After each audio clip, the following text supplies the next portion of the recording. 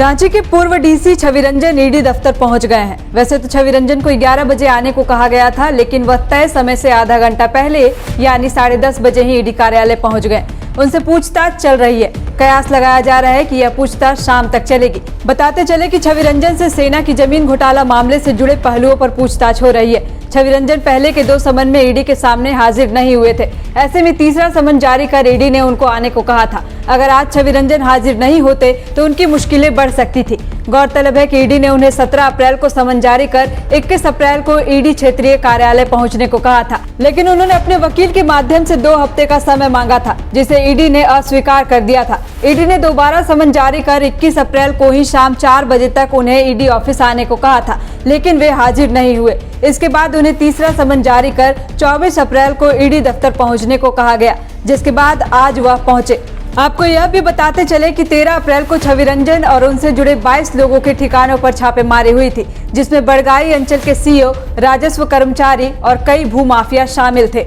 उस दिन हुए छापेमारी में भारी मात्रा में ईडी को जमीन के घोटाले से जुड़े फर्जी दस्तावेज मिले थे। पहले तो यह छापेमारी सेना की जमीन घोटाले को लेकर शुरू हुई थी, लेकिन बाद में इसके तार कोलकाता से जुड़ गए। पता चला कि रांची में एक गिरोह सक्रिय है जो कोलकाता जाकर रांची की जमीन का फर्जी पेपर बनवाता है। उसकी रजिस्ट्री कोलकाता में कराई जाती है। इसके बाद कौड़ी की जमीन को करोड़ों में बेचा जाता है। इस पूरे फर्जीवाड़ा में आला अधिकारियों के साथ साथ अंचल अधिकारी, राजस्व कर्मचारी की बड़ी भूमिका होती है। जांच में पता चला कि सरकारी अफसरों, कर्मियों के साथ साथ माफियाओं ने भी अरबों रुपए की कमाई की है।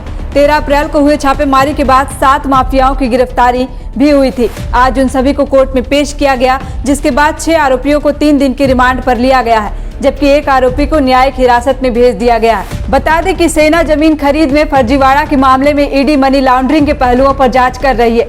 सेना से मिले दस्तावेजों के मुताबिक जमीन की खरीद बिक्री में बड़ी गड़बड़ी की पुष्टि भी हुई है। ईडी इस मामले में तत्कालीन डिप्टी रजिस्ट्रार वैभव मनी त्रिपाठी और घासीराम पिंगुआ से पूछताछ कर चुकी है।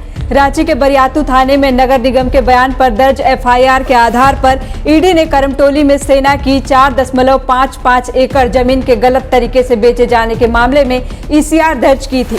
बता दें कि आईएएस अधिकारी छवि रंजन वर्तमान में समाज कल्याण विभाग के निदेशक हैं। इस बीच विपक्षी पार्टी भी लगातार सरकार पर हमलावर है।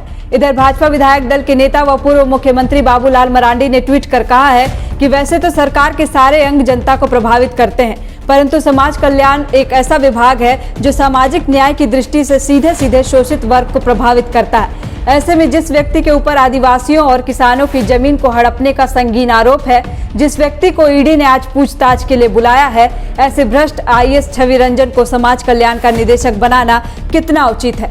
जैसे इतिहास कहता है, जब रोम जल रहा था तो नीरो बांसुरी बजा रहा था, वैसे ही आने वाले भविष्य में लोग कहेंगे, जब झारखंड लूट रहा था, युवाओं पर लाठियां चल रही थी, तब मुख्यमंत्री इस लूट गैंग का सरगना था।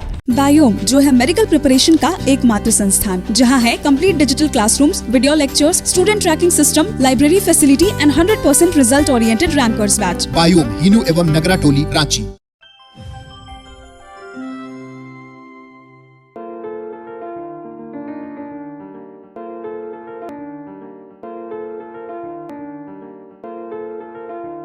thefollowup.in. Like, share, and subscribe. www.thefollowup.in